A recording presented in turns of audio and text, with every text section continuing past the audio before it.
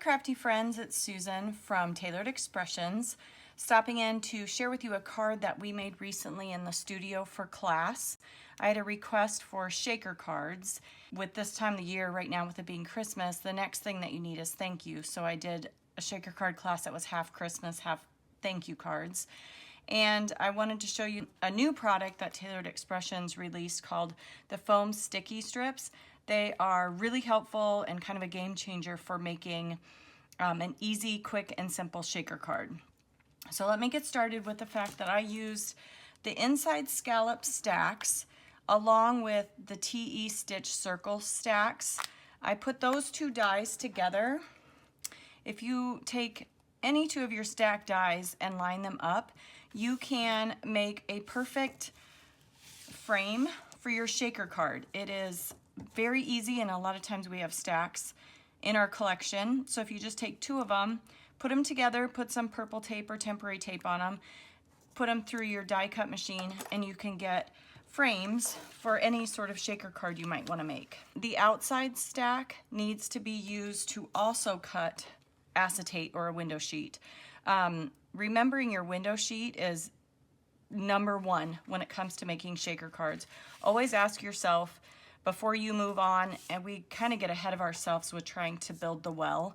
Always ask yourself, have I applied my acetate, window sheet, vellum, whatever you might want to use for your project.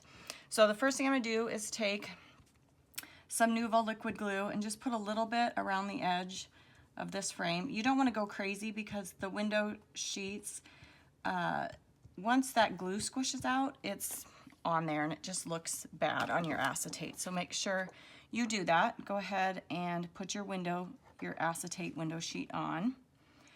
I prefer to get this done right away just so that I know for certain I cannot forget about it.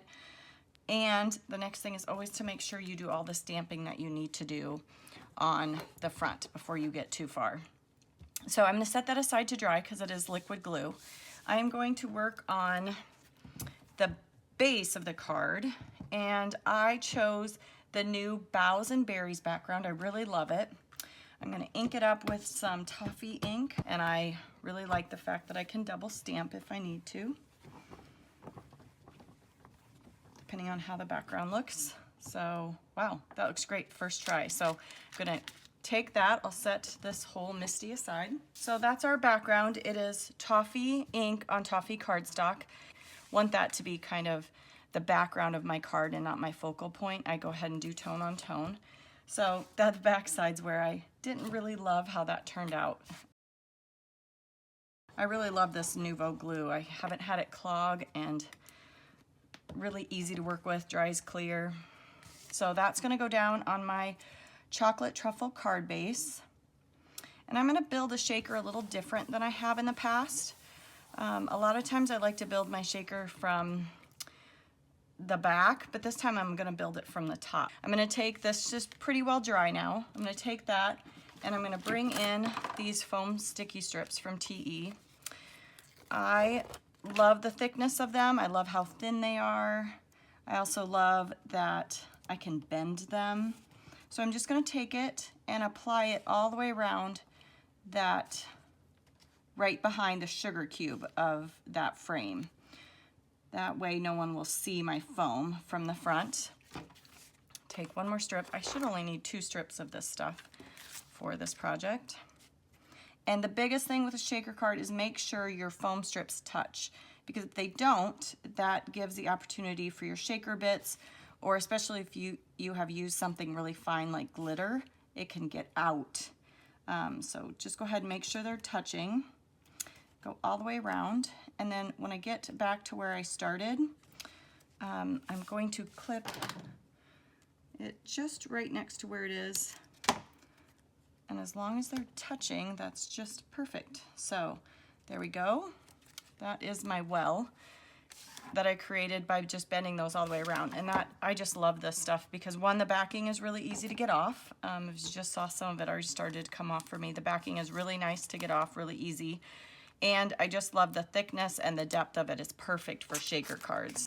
There is my well, and I'm going to just put a pile of confetti right here in the middle of my card. I might even go like this. It'll make my card lay more flat. So I'm gonna go ahead and put some of my sequins right in the middle of my card here. Just pile it up. This is kind of a cheater way of going about doing it, but if it's at Christmas time and you're making a few cards, this is kind of a quick and easy way to go about it. So just kind of put your pile right there in the middle. We'll move it and shake it out there in a minute. Then remove all this backing to your circle. And then I just hover over the top, double check that I've got it all nice and centered. It looks like I could add maybe just a little bit more sequence. You don't want too much shaker bits in there because then your parts and your shaker bits pieces won't move around if you have too much. That looks like a good amount. I feel like I'm pretty centered there. Press that down, and there is my shaker. Isn't that easy? If you have something that like there's little bits or pieces that are totally circular and they roll around, this is not the best way to go about it, but this is a quick, super simple, super easy way to make a shaker card. So then I'm gonna add my little reindeer. He's gonna go on the top here. He is from Woodland Silhouettes 1. I'm just gonna add some liquid glue to my reindeer, put him over the top. I think this would be a super beautiful card if you put maybe white sequins in it, and you could make it for a guy that might have a birthday this time of year. You could even change this background up and maybe use like the birch tree or something like that. So then this is what's gonna go across the bottom. It is from a stamp set that you might not, it just happens to be what my favorite Thanks So Much is, but whatever thanks sentiment you have. This is from the Cutting Edge Flowers stamp set. I took the Thanks So Much, stamped it in chocolate truffle ink, and then just mounted it on some red pepper cardstock. So I'll take that, put a little adhesive on the back of that. That goes towards the bottom. And then last but not least, I love tying bows, and I really like twine. So I cheat and I freehand tie my bow. That way I get time to mess with it and decide which way I like my bow. Well, that looks like a good size for the reindeer. And then I just cheat and use a little bit of glue to attach it instead of actually tying it around the reindeer's neck, which can make the whole process just a little bit more difficult. Make it just a smidge smaller. See, I get to mess with it. That's what I like about just adding a bow with a glue dot or a drop of glue. And then set that there.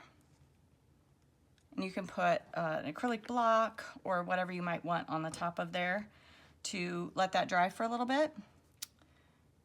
And that is how we made this shaker card. I hope you try making a shaker card and check out the new foam sticky strips that Tailored Expressions released recently. And I hope you have a great day. Bye.